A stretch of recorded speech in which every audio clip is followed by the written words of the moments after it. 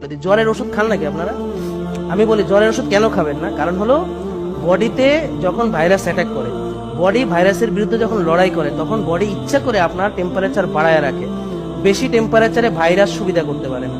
আর আমরা বোকারা ওষুধ টষুধ খাইয়া পিছন দিয়ে দিয়া জ্বর কমাইয়া ফেলি, হ্যাঁ, তাতে করে ভাইরাসের জন্য ব্যাকটেরিয়ার জন্য সুবিধা করে দিই। আমার কথা বুঝতে পারছেন? যে জ্বর থাকলে শরীরে আপনার বডির ইমিউনিটি ভালো কাজ করে ওই সময়, কারণ ও ইচ্ছা করে টেম্পারেচার বাড়ায় যে এত হাই টেম্পারেচারে ওরা প্রোগ্রেস করতে পারবে না, ওরা সুবিধা করতে পারবে না, হ্যাঁ। আর আপনি এই সময় জ্বরটা কমায় ফেলতেছেন। তবে হ্যাঁ, বাচ্চাদের ক্ষেত্রে যদি জ্বর 102 এর উপরে আসে বা কোনো খিচুনি হয় বা হওয়ার কোনো ইয়া থাকে, তাদের ম্যানেজমেন্ট সম্পূর্ণ আলাদা। তাদেরকে জ্বর উঠতেই দেওয়া যাবে না যাদের খিচুনি হয়, সেটা একটা।